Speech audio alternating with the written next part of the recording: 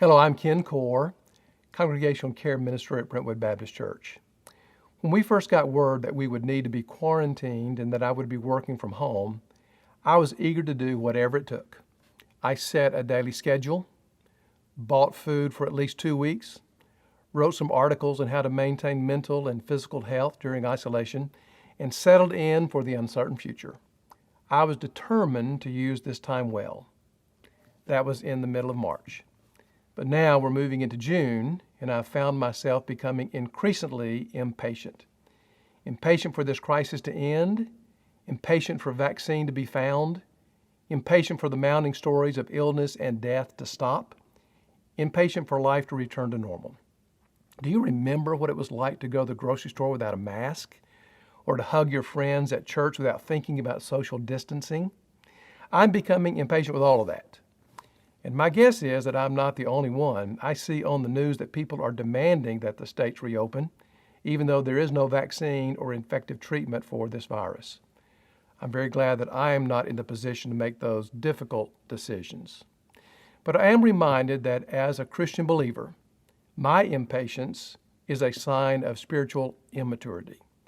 The Apostle Paul lists patience as one of the fruits of the Spirit. And in his letter to the Colossians, he reminds us that God's children must clothe themselves with patience. In fact, it is in the midst of suffering that we discover if patience is a fruit in our lives or not. I realize that the level of patience required is different if you're out of work and have limited time before you lose your home, or if your loved one is in social isolation in a nursing home and is in failing health. I do not want to minimize anyone's suffering, but Paul specifically relates patience to suffering in his letter to the Romans. Rejoice in hope. Be patient in suffering, Paul says. There's an interesting story about patience, or the lack of it, in the Bible. The children of Israel came out of slavery in Egypt and marched toward the Promised Land. They came to Mount Sinai, where God gave Moses the 10 Commandments. But Moses delayed coming down from the mountain. It took longer than anyone expected.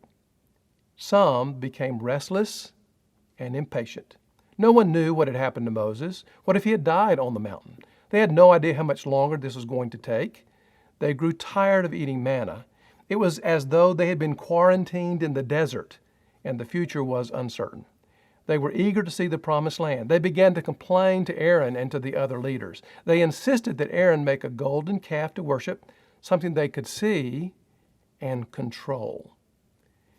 You know the rest of the story. The result of their impatience was that many died. I use this story not to suggest that I know what we need to do as we continue in this time of uncertainty, but I use this story to suggest that my own impatience in this time of uncertainty is an indication that I'm not quite ready to trust that God is in control of my future. When I feel restless and impatient, when I begin to complain about how tired I am of this time of waiting, I have to remind myself that God is in control and that I can trust the future to Him. It is only then that I can regain my spiritual and emotional stability. My impatience is a reminder that I've not yet reached spiritual maturity, and it brings me back to humility, confession, and faith.